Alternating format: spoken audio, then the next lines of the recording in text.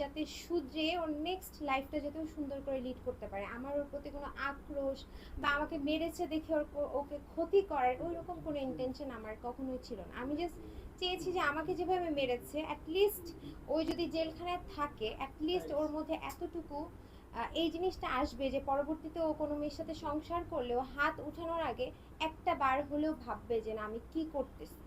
আচ্ছা, সো এখন একটু মামুনের মার কথায় আসি। আমি কিন্তু উনাকে নিয়েও খুব একটা আমার মনে হয় না কোনো বাজে কথা বাজে ওয়ার্ড আপনাদের সামনে ইউজ করেছি। উনি যেভাবে মামুনকে ধরে নেওয়ার পর থেকে আমাকে নিয়ে বলতেছে আমি কাবিন ব্যবসা করি, বিয়ে ব্যবসা করি, হ্যান ত্যান, এগুলা বলার আগে না আমি বলবো যে প্রমাণ সহ বলতে, যে কেউ যে কোনো নামে যে কোনো কিছু বলতে পারে, বাট একটা মানুষ যখন বলবে একটা কিছু, আমার দিক থেকে আমার রাইটস আছে যে আমি ওনার এগেনস্টে মানে মানহানি মামলা করতে পারবো।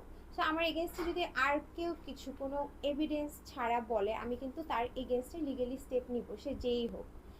হ্যাঁ, সো এটা একটা ব্যাপার বিকজ আমি এইসব আমার তো একটা ফ্যামিলি আছে, আমার একটা সমাজ নিয়ে বাঁচতে হয়। আমি এগুলার এলিগেশন একটার পর একটা এইসব নোংরা এলিগেশন আমি নিয়ে সার্ভাইভ করা আমার জন্য অনেক ডিফিকাল্ট হয়ে যাচ্ছে।